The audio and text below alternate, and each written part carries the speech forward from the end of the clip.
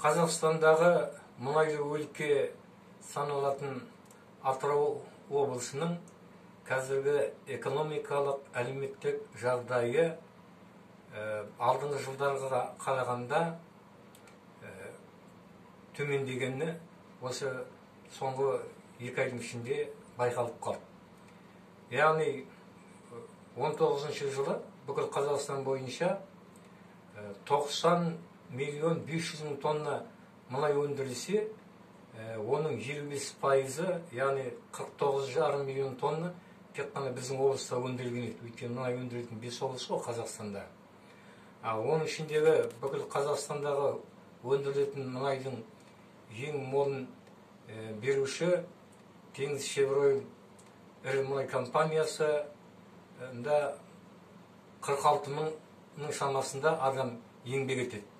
Бірақ осына соңғы пандемияға байланысты және мұнай бағасының, әлемдік бағасының кенеттен төмендеуіне байланысты қазіргі таңда осы теңіз мұнай кенішінде шамаменен, яғни 46 мыңның тең жартысы дерлік уақытша жұмыстан аулақтанып тұр. Енді бір жылда кеткен жоқ.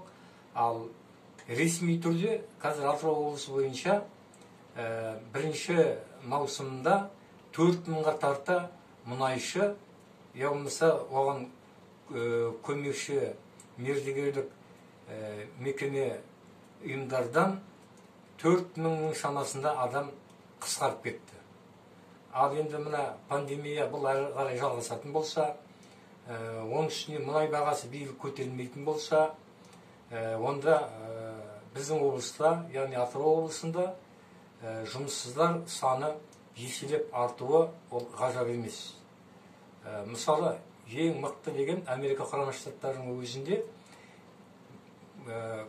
күні кешеге дейінгі, яғни 19 жылға дейінгі мұнай өндіру мен онда қызмет еткендердің саны тек қана 26 жылға ғана орнына келеді екен.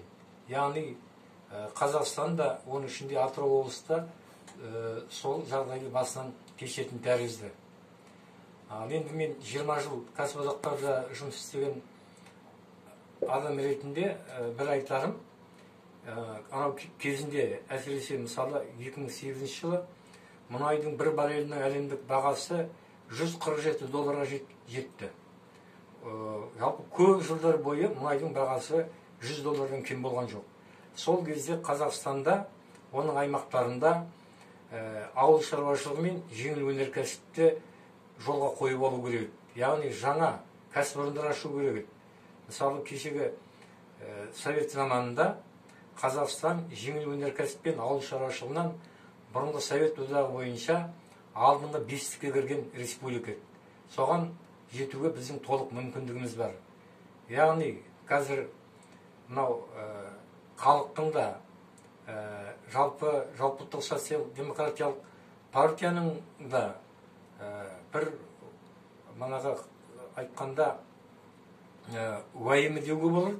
Ол халықтың жұмыссыздығының еселеп арту қаупі. Сондықтан біздің үкімет тез арада осы анау екі саланы атап кеткен, соларды тез көтеріп, жаңа жұмыс орындарын ашып, халықты жұмыссыздығын еселеп артуына мүмкіндік бермеуі тиіс.